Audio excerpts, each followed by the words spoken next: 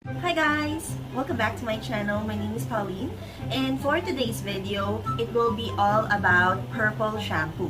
So with my previous hair coloring video, I promised that I'm going to do an in-depth video about Purple Shampoo. So if you are blonde or if you're planning to go blonde, you should know something about Purple Shampoo. Kasi ang Purple Shampoo, ginagamit siya to maintain integrity of the blonde hair color. Ilan nga ba ginagamit ang Purple Shampoo? You can use it twice a week or every week. So what it does is it tones down the color of your blonde hair. So anong ibig sabihin nun? So I'll insert a picture here. So this is a newly bleached hair. So usually kasi ang bleached hair, ang pupuntahan lang niyang color is yellow. To get the platinum hair color, you need to tone it. One way to tone it is using Purple Shampoo. There's also other ways on how you can tone down a bleached hair by using another hair color, or you can use like an actual toner, like a hair toner. But this Purple Shampoo is a more convenient and healthier way on toning down your hair color. So Purple Shampoo, it is not permanent. That's why you need to use it every week or twice a week kasi nag-wash off din siya. I've actually already did this video, but I'm refilming it kasi I'm quite messed up. So on my first attempt, nababad ko siya ng masyadong matagal, around 10 to 15 minutes, kaya naging purple yung mga hair extension ko. That's why I'm refilming. I have two Purple Shampoo that we're going to try out. I have the Luxe Organix by Brass, and then the other one that I have is the Monea Keratin. So previously, I have been using this for my hair to tone down the brassiness when I was blonde. And then, when I colored my hair brown and then I went back to blonde, this is the one that I'm using kasi kasama nung previous blonde hair coloring na ginamit ko, which is also Luxe Organix. So, I've thought of something quite fun since I'm going to talk about Purple Shampoo. So, why not try both of them? So, what I will be doing is, I have two hair extension.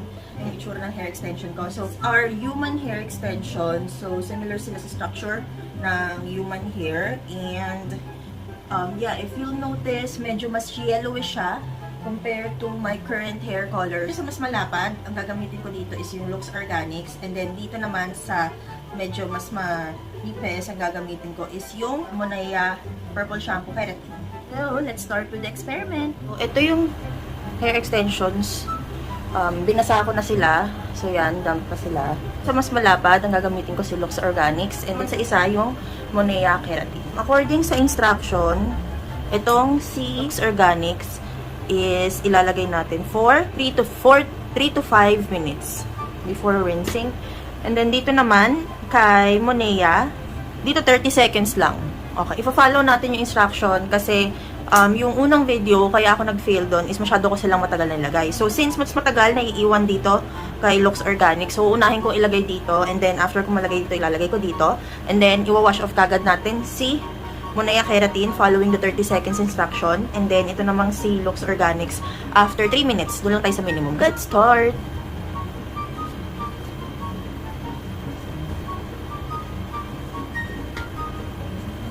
So, apply lang natin all over. Bilisan natin yung application.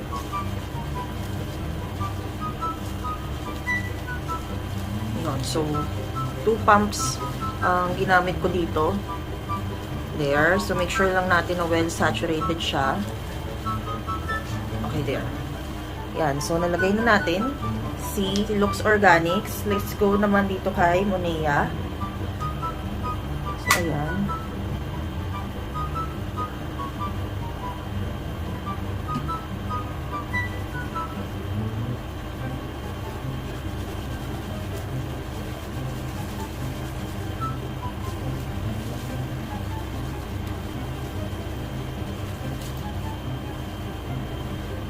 There.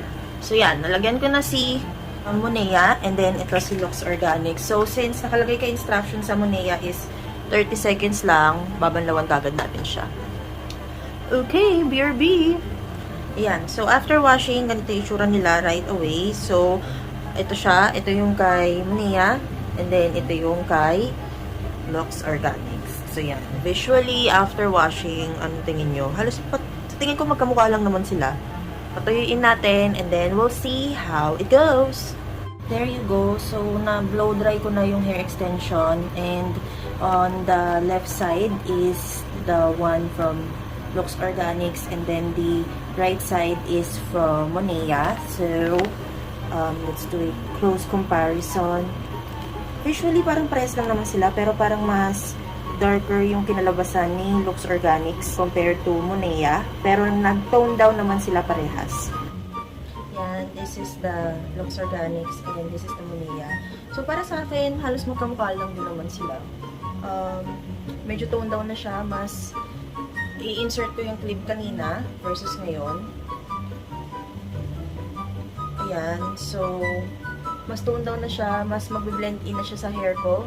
Unlike earlier na sobrang yellow niya. So, medyo kakulay na siya ng buhok ko. In terms naman sa fragrance, parehas naman silang amoy shampoo, pero mas parang flowery yung amoy ni Luxe Organix compared to Monea. Like normal hair shampoo, yung scent ni Monea. And then for the price, I'll insert the price here.